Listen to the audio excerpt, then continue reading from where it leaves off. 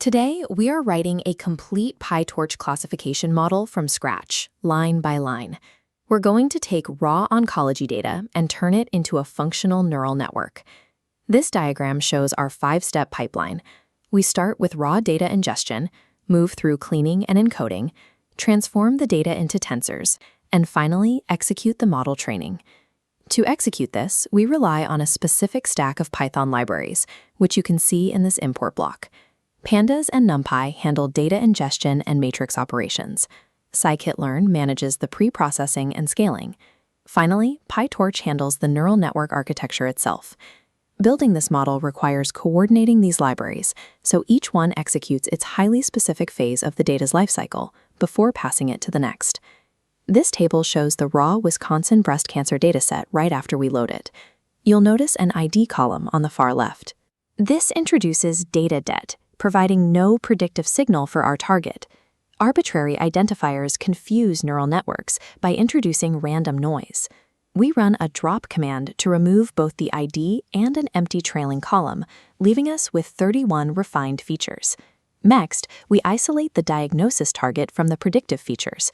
We then slice our 569 total patients into an 80-20 split, isolating a 455-patient training segment.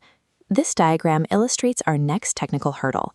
PyTorch requires numerical inputs, not text strings. We use a label encoder to map the M for malignant to a 1 and the B for benign to a 0. Raw, human-readable data cannot be processed by neural networks until it is aggressively curated and numerically translated. This graphic shows a 2D NumPy array transforming into PyTorch graphs. We use a standardized scaler to stabilize features, then convert the arrays into float tensors. Notice the view command on the target tensor.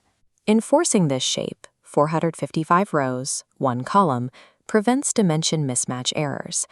Based on the shape of the features and target we just defined, how many input nodes and output nodes will our neural network need? This shows our network architecture and PyTorch class code.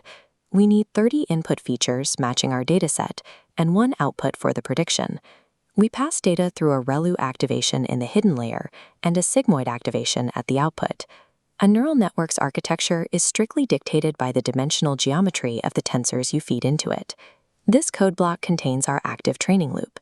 We iterate through a forward pass for predictions, evaluate the error, and execute a backward pass to optimize weights via autograd.